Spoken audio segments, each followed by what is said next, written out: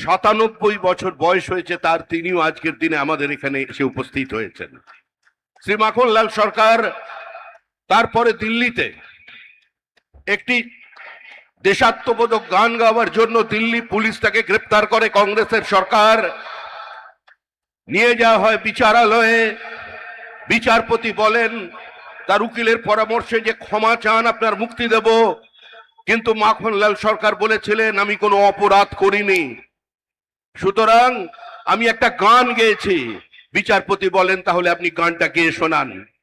সেদিনের অপ্রাপ্ত বয়স্ক মাখনলাল সরকার সেই গানটি গেয়ে শোনান এবং তারপর বিচারপতি নির্দেশ দেয় দিল্লি পুলিশকে যে একে ফার্স্ট ক্লাস কামরা করে এর বাড়ি পর্যন্ত পৌঁছে দাও এবং 100 টাকা দাও রাস্তায় যাতায়াতের জন্য। আজকে সেই মাখনলাল সরকার আমাদের মধ্যে আছেন, প্রধানমন্ত্রী তাকে সম্বোধন করবেন।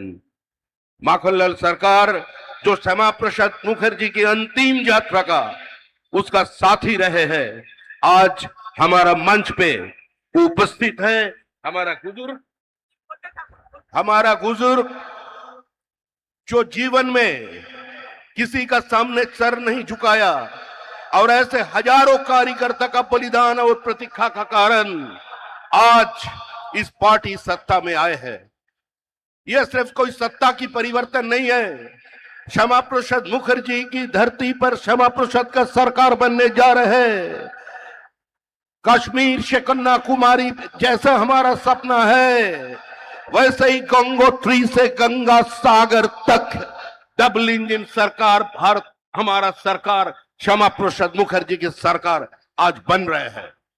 ऐसी कितना माखनलाल सरकार ने अपने पूरा जीवन निछावर कर दिया, जिसका नाम जिसका पता किसी भी संवाद की सुर्खियों में नहीं है, किसी टेलीविजन चैनल में नहीं है, जिसका जीवन संघर्ष करते करते चले गए। आज वही माखनलाल सरकार हमारा बीच में उपस्थित है।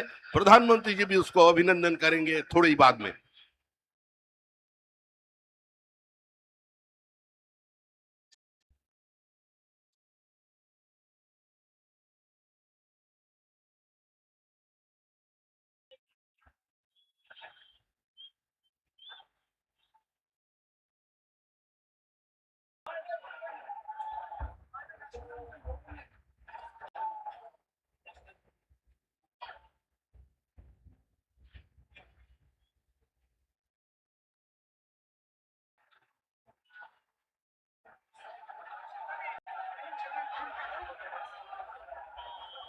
মাননীয় প্রধানমন্ত্রী শ্রী নরেন্দ্র মোদীজি, সেই সঙ্গে আছেন মাননীয় গৃহমন্ত্রী শ্রী অমিত শাহজি, আমাদের মধ্যে উপস্থিত আছেন মাননীয় রক্ষামন্ত্রী শ্রী রাজনাথ সিংজি এবং বহু রাজ্য থেকে বিশিষ্ট মানুষজন আজকে এখানে এসে উপস্থিত হয়েছেন।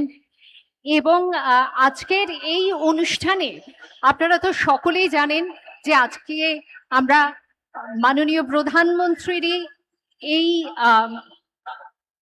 বলা যেতে পারে পরামর্শ ছিল যে আজকের দিনটিকেই আমরা বেছে নিই 25শে বৈশাখ।